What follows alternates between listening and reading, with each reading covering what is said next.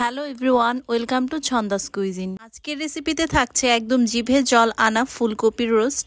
ফুলকপির এই রোস্ট কিন্তু নিরামিষভাবে রান্না করেছি আমি। আর ফুলকপির রোস্ট হচ্ছে আপনার রুটি, পরোটা, লুচি কিংবা প্লেন রাইস বলেন, সব কিছুর সাথেই কিন্তু খুবই মজা লাগে এই ফুলকপির রোস্ট। তো যারা আমার চ্যানেলটা এখনো সাবস্ক্রাইব করেননি, চ্যানেলটি সাবস্ক্রাইব করে পাশে থাকার অনুরোধ রইল।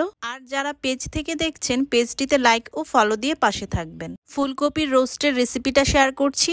ফুলকপির রোস্ট তৈরিতে এখানে মাঝারি সাইজের একটি ফুলকপি নিয়েছি। ফুলকপির রোস্ট তৈরিতে মাঝারি সাইজের ফুলকপি হলেই ভালো হয়। এখন ফুলকপিটা আমি কেটে নিচ্ছি। খুব বেশি বড় করেও নয় এবং খুব বেশি ছোট করেও নয়, ফুলকপিটা আমি এভাবেই কেটে নিচ্ছি।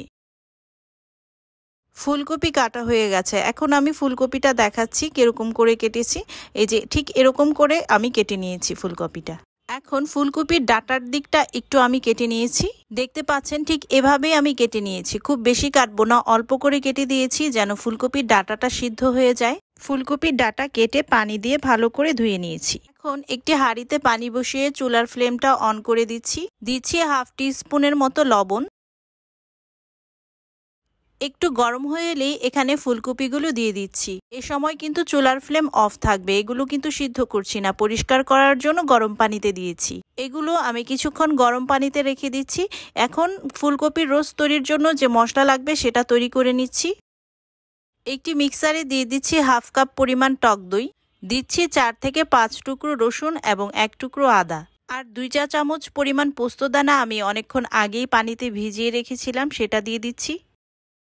দিচ্ছি 2টি পেঁয়াজ কুচি এবং 2টি কাঁচামরিচ, দিচ্ছি 10 থেকে 12টি কাজু বাদাম।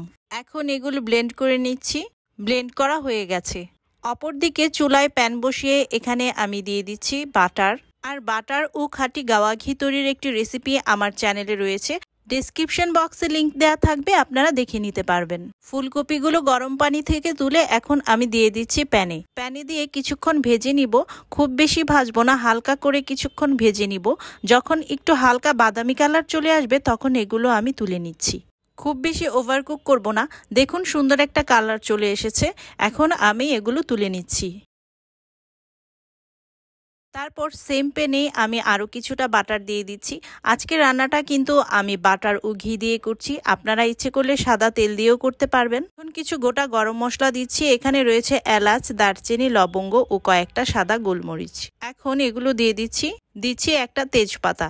এখন বাটারের মধ্যে গোটা গরম মশলাগুলো কিছুক্ষণ ভেজে নিব। এখন দিয়ে দিচ্ছি 2 চা চামচ পরিমাণ ঘি। ফুলকপি রোস্টের জন্য যে মশলাটা তৈরি করেছিলাম সেই মশলাটা এখন আমি দিয়ে দিচ্ছি। এখন দিচ্ছি হাফ চা চামচ পরিমাণ হলুদ গুঁড়ো, দিচ্ছি 1 চা চামচ পরিমাণ মরিচ গুঁড়ো, হাফ চা চামচ পরিমাণ ধনিয়া গুঁড়ো, প্রায় 1 চা চামচ পরিমাণ জিরা গুঁড়ো, দিচ্ছি 1 চা চামচ পরিমাণ লবণ, দিচ্ছি 1 চা চামচ পরিমাণ চিনি। তারপর মশলাগুলো কিছুক্ষণ কষিয়ে নিচ্ছি।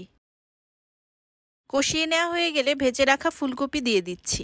ফুলকপি দেওয়া হয়ে গেলে ফুলকপিটা ভালোভাবে আরও কিছুক্ষণ মশলাটার সাথে মিশিয়ে দিতে হবে। কিছুটা সময় নিয়ে চুলার আঁচ মিডিয়াম টু লো আঁচে রেখে ফুলকপিটা মশলাটার সাথে ভালোভাবে মিশিয়ে দিতে হবে। মেশানো হয়ে গেলে এ পর্যায়ে ঢাকনা দিয়ে ঢেকে দিচ্ছি। চুলার আঁচ লোতে রেখে তারপর আমি ফুলকপিটা রান্না করে নিচ্ছি 5 থেকে 6 মিনিটের মতো। এতে করে মশলার ফ্লেভারটা ফুলকপিতে ঢুকে যাবে। প্রায় 6 মিনিট পর ঢাকনা উঠিয়ে কিছুক্ষণ নেড়েচেড়ে দিচ্ছি সামান্য একটু পানি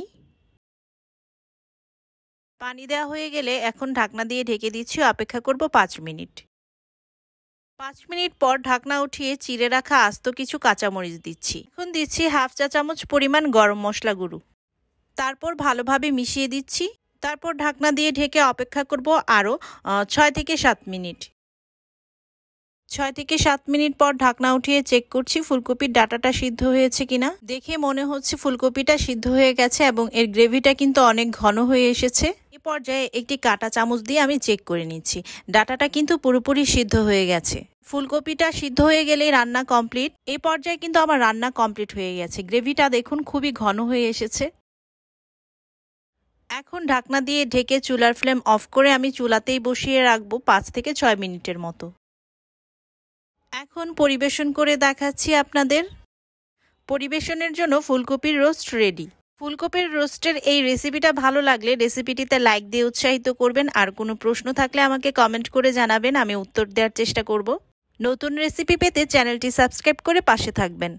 সবাই ভালো থাকবেন, আমার এবং আমার পরিবারের জন্য দোয়া করবেন। আল্লাহ হাফেজ।